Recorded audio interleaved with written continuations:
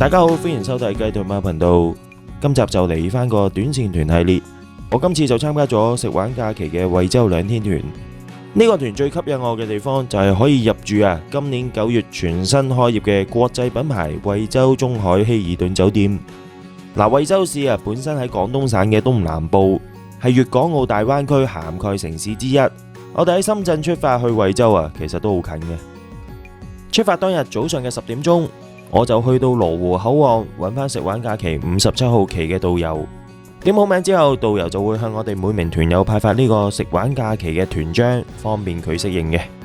齊晒人之後，導遊就會帶我哋團友行去旅遊巴嘅停泊處嗰度上車。咁食玩假期呢，有樣好處就係佢會喺呢個羅湖汽車客運站嗰度上落客嘅。咁就大家呢，唔使喺橋社嗰邊逼餐懵咁辛苦啦。多位聽清楚啦嚇！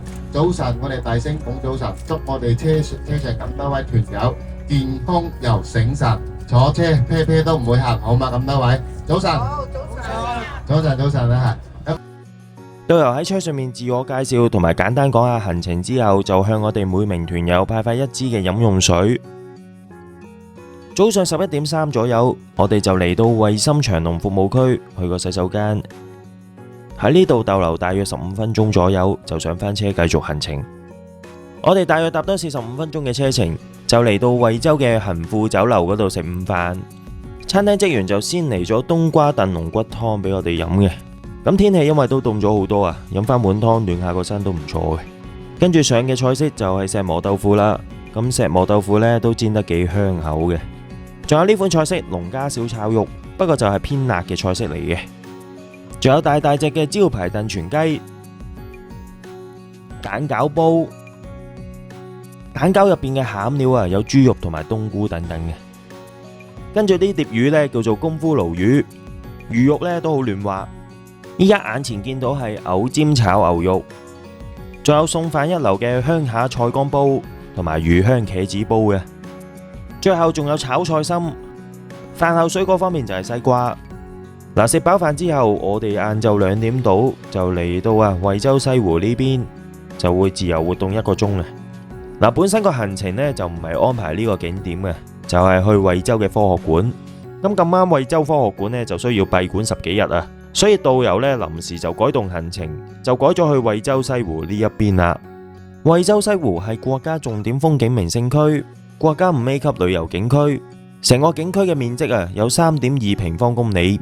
水體嘅面積有1.86平方公里，景色係由5湖6橋18景組成嘅。西湖呢個名最早嘅來源係北宋時期蘇軾俾朝廷貶咗去惠州嘅時期所作嘅詩詞。惠州西湖亦都係因為蘇軾嘅詩詞而揚名四海嘅。至今惠州西湖亦都保留咗同蘇軾有關嘅蘇堤、西新橋、王朝雲霧等等嘅遺跡。喺歷史上面，惠州西湖曾經同杭州西湖、永州西湖合稱為中國嘅3大西湖。惠州西湖呢邊呢，可以租借呢啲腳踏船電動船俾大家遊覽下西湖嘅景色。咁因為我哋今次係跟團過嚟時間就唔允許底下呢，只能夠睇下人哋撐下船仔。不過我哋都仲有少少時間可以放航拍機俾大家欣賞一下惠州西湖嘅景色。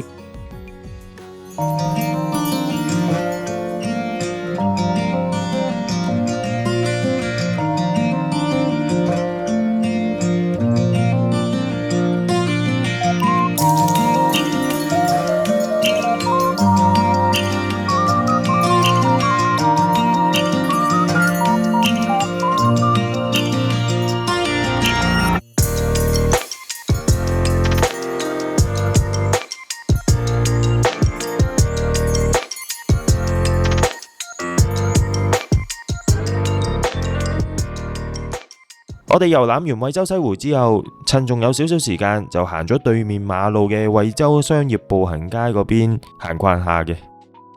不過其實大家嚟步行街呢邊，主要都係行橋西市場，即係又稱之為梅菜一條街。咁好多嘅旅行團都會嚟呢一度俾團友買梅菜做手信。呢度呢，其實有2個主要入口嘅，一個呢就喺惠州商業步行街入邊。另一個入口呢，就係惠州西湖近住馬路位置嗰個入口。成個橋西市場入邊啊，除咗賣梅菜之外，亦都有賣唔同嘅乾貨、濕貨同埋新鮮嘅野味。其中一條巷仔啊，已經有6、7檔啊，係專門賣梅菜嘅商鋪嚟嘅。如果時間允許嘅話，可以慢慢格下價先決定買邊檔。呢啲都係甜嘅。如果你中意煎肉餅，你咪買呢啲咯，10蚊、10蚊、8蚊都得咯，好靚。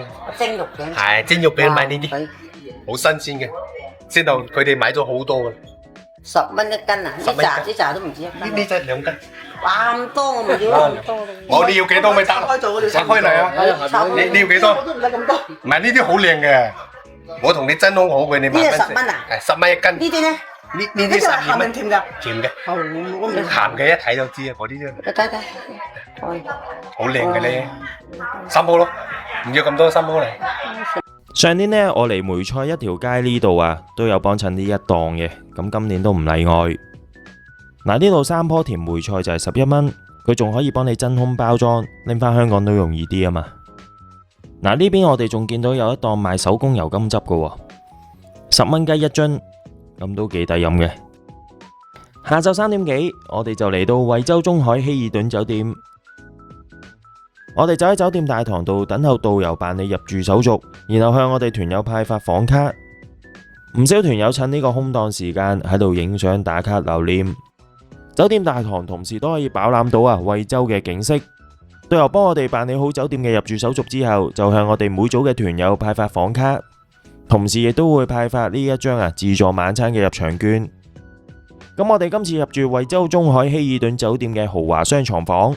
我哋入到嚟酒店房已經深深俾呢個景觀吸引住啦。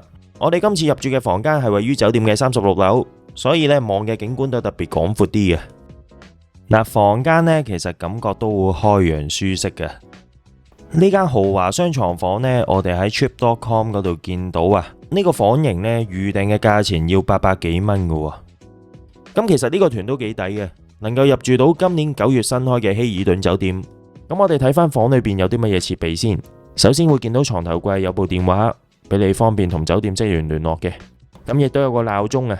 咁其實呢個鬧鐘呢都幾多功能嘅，可以當佢一個藍牙喇叭，亦都可以幫你電話做一個無線充電嘅。嗱，床邊都有個插頭嘅，2腳插頭、3腳插頭都有提供，亦都有 USB 嘅插頭。嗱，床邊呢仲有唔同嘅燈掣，仲有個窗簾掣嘅。嗱，只要撳一個掣呢，就會打開或者閂翻埋啲窗紗窗簾噶啦，非常之方便我哋住客。窗邊附近呢會有個圓形嘅雲石台俾你可以坐低食下嘢咁樣嘅。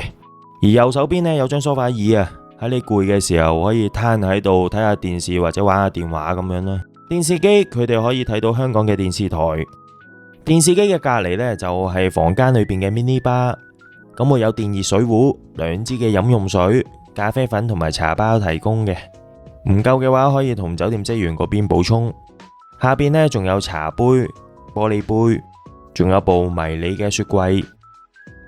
嗱，房間呢度估唔到有一部空氣淨化機俾大家用嘅。呢邊呢衣櫃呢個收納量都好充足嘅，亦都有啲衣架、雨遮俾你用。下邊仲會見到有房間專用嘅拖鞋。同埋部電子嘅體重磅。喺左手邊呢都會有個衣櫃嘅，裏面就掛咗2件嘅浴袍，而下邊呢就有個小型嘅保險箱。依家呢就係身處喺洗手間嘅一個視角嚟嘅。咁洗手間裏邊呢有浴缸嘅，咁浴缸側邊呢個趟門可以打開或者閂翻埋去嘅。嗱，呢個浴缸認真一流，我自己早晚都浸咗一轉。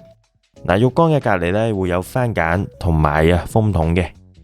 洗手間呢個位置就係洗手盆同埋雲石嘅台面，台上面會有潤膚露同埋洗手液，側邊呢會有2支嘅樽裝飲用水同埋漱口嘅杯，仲有面巾同埋一啲嘅即棄嘅清潔用品，例如牙刷、剃鬚刀等等嘅。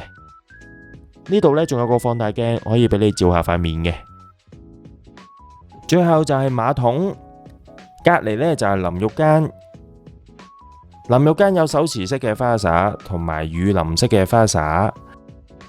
洗頭水、沐浴露、護髮素都齊備。睇完酒店房之後，我哋就上去42樓參觀。首先會見到佢哋嘅健身中心係24小時開放嘅，裏邊嘅健身器械呢就唔算話好齊，但係都勝在呢夠用嘅。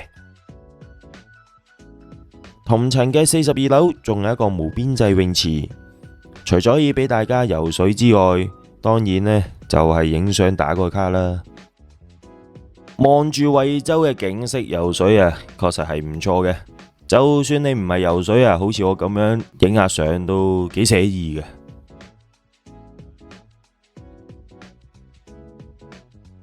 42樓呢度仲有一個兒童玩樂區嘅，小朋友嚟到呢一度呢，應該好中意啊。晏晝5點半左右，我哋就嚟到29樓享用酒店嘅自助晚餐。餐廳嘅用餐環境都好舒服嘅，而且可以望到惠州嘅景色。導遊就事先幫我哋每組團友安排好座位，只要跟翻組號去坐就得噶啦。自助晚餐佢哋嘢食選擇都好豐富嘅。首先我哋呢會見到沙律區呢邊，見到有唔同嘅沙律菜同埋配菜沙律醬等等嘅。另一邊就係刺身區啦。咁刺身區呢一共有5款唔同嘅刺身選擇，隔籬仲有唔同款式嘅壽司。跟住呢度呢就係海鮮冷盤區，呢個位置都吸引到好多人排隊攞海鮮嘅，有蝦有蟹，亦都有螺，仲有扇貝等等嘅海鮮嘅賣相都好吸引，難怪咁多人排隊攞啦。跟住呢度呢就係一啲涼拌嘅小菜前菜。然後我哋就睇下自助餐嘅熟食區係點先。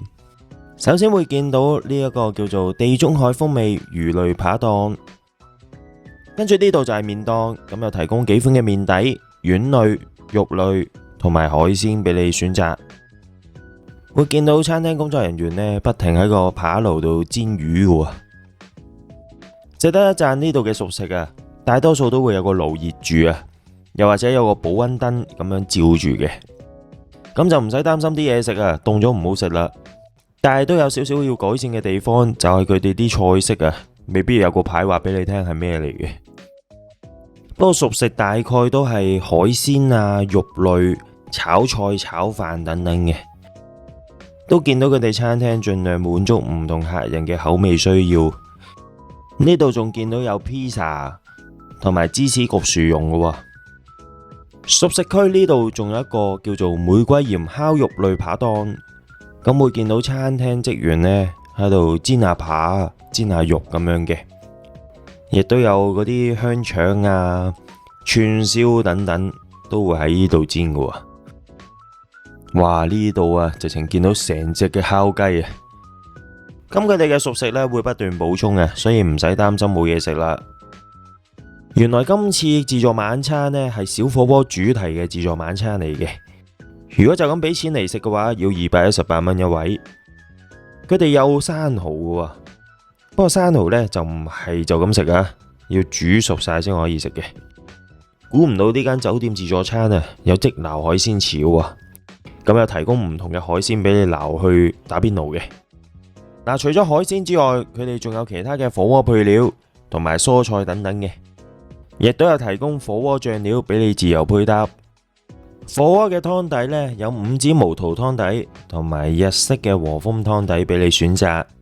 跟住就睇下佢哋嘅甜品區啦。咁甜品區呢，會見到有白朱古力嘅噴泉俾你點嗰啲生果棉花糖去食嘅。跟住仲有雪糕嘅，咁雪糕嘅味道選擇有5款。佢哋呢度仲有現做舒芙蕾，即係梳芙梨。你仲可以加啲生果、提子乾一齊去享用。呢度仲有各式各樣嘅蛋糕，仲有布甸芝士撻等等嘅。整體嚟講，佢哋啲甜品呢，選擇口味方面都唔錯嘅。嗱，飲品區呢，佢哋有唔同嘅啤酒、紅酒、白酒，仲有汽水嘅。呢邊呢，仲有果汁嘅，有芒果汁、蘋果汁同埋西柚汁。仲有生果區，一共有8款嘅生果選擇。原來呢個自助晚餐呢，每人都可以攞到1隻嘅大閘蟹嘅。咁大閘蟹嘅膏呢都幾多食飽飯之後，我哋喺酒店附近行逛下。酒店隔離有一個叫做環宇天地嘅地方，不過呢度呢就冇嘢行嘅，得啲餐廳喺度。不過酒店行10分鐘左右嘅路程啊，就會嚟到華茂天地呢度。咁呢度呢就熱鬧好多嘅。大膽啲講，呢個商場啊，仲多人過深圳嗰啲商場啊。商場入邊呢就應有盡有，行街食飯，甚至係玩樂嘅地方，佢哋呢一度啊都集中晒嘅。咁我自己都俾咗10蚊啊，去玩嗰啲彈珠機啊。依家內地都好興啊，玩彈珠機喎。早上6點半鐘，我就起身落去29樓嘅餐廳享用佢哋酒店自助早餐。佢哋自助早餐都係好豐富嘅，除咗有各式各樣嘅麵包之外，我哋仲見到有熱香餅同埋華夫餅，仲有法式麵包，仲有沙律。咁有唔同嘅配菜同埋醬汁嘅。呢邊呢仲有 Coke， 仲有酸奶嘅。咁有2種味道，一種原味，另一種係果味。呢邊我哋會見到有壽司同埋芝士嘅，仲有麵檔。咁有唔同嘅麵底同埋配料選擇。嗱，你仲可以揀啲菜啊、金菇咁樣嘅喎。呢邊呢都有唔同嘅調味料俾你加落個麵度嘅。呢邊呢就係煎蛋檔，咁有烚雞蛋、煎蛋，甚至有鵪鶉蛋嘅喎，而且佢哋都有提供燕磨豆腐沖蛋嘅喎。呢度呢，我哋仲見到有唔同嘅熱盤菜式嘅，炒菜啊、炒麵等等都有提供到俾大家。仲有比較西式啲嘅早餐啊，煙肉、雞肉腸同埋豬肉腸。呢邊有醬烤秋刀魚、煮粟米同埋烤土豆。早餐點少得白粥啊，除咗白粥之外，仲有地瓜小米粥。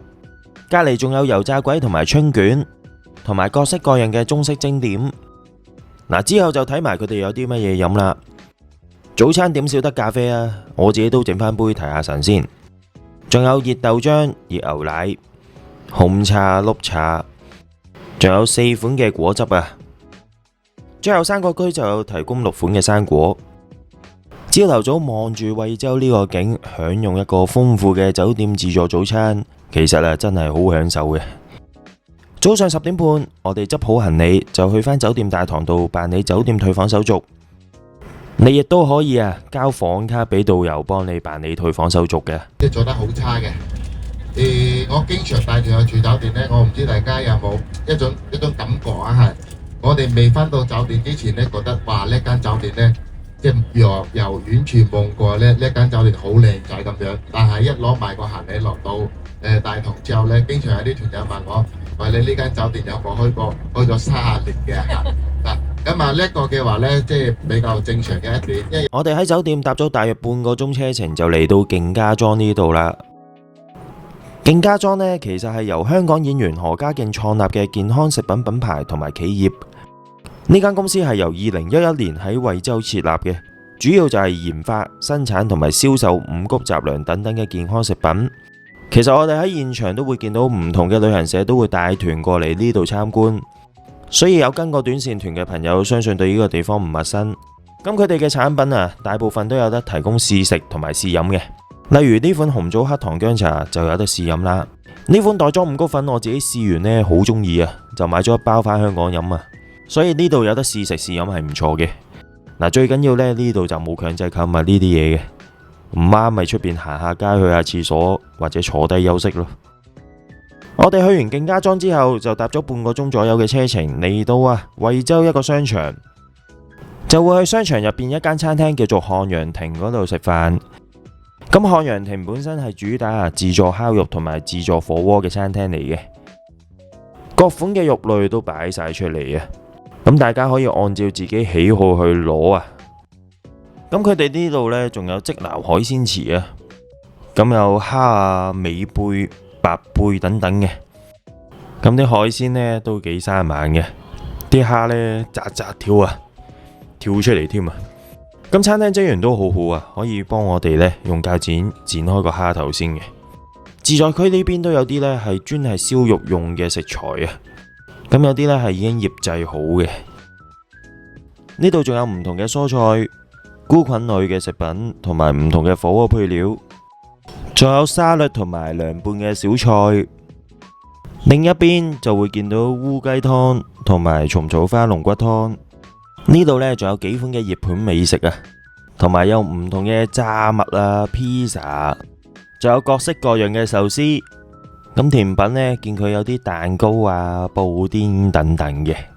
另一邊我哋會見到有生果區，咁有10款唔同嘅生果俾大家選擇。最後飲品區有唔同嘅樽裝、罐裝飲品，同埋有唔同嘅汽水啊、果汁咁樣嘅。咁大家對今次呢餐呢都好滿意啊，因為食得好飽啊，又可以食到自己想食嘅嘢。食完飯我哋去埋最後一個景點，就係去惠州嘅合江樓參觀。咁合江樓呢，地下會有一啲展品俾大家欣賞嘅。合江樓裏邊仲有個升降機，可以俾大家上到去頂樓位置。外圍嘅位置就可以俾大家飽覽一下惠州嘅景色，順便喺度打下卡、影相，都係一個唔錯嘅地方嚟嘅。合江樓坐落於東江與西之江嘅交匯處，佢唔單止咧係廣東6大名樓之一，歷史上曾經係北宋大文豪蘇東坡喺惠州嘅寓居之地。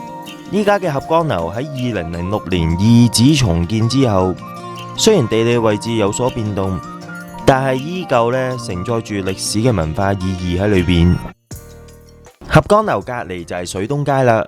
水東街係始建於北宋元豐年間，係一條極具惠州古城文化特色嘅騎樓街，亦都係遊客嚟惠州必逛嘅地方。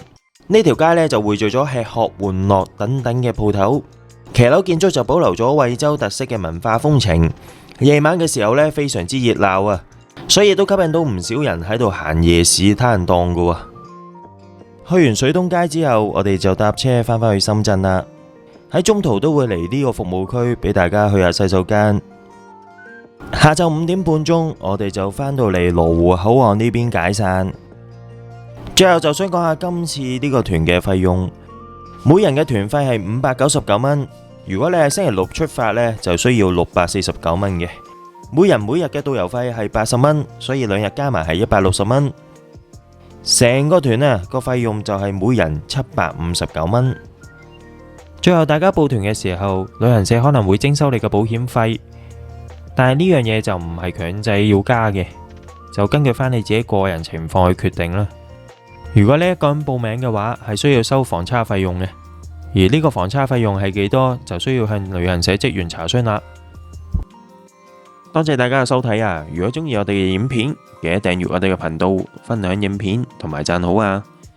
如果對我哋嘅頻道有任何意見，歡迎大家喺留言區留言嘅。我哋下一集再見啦，拜拜。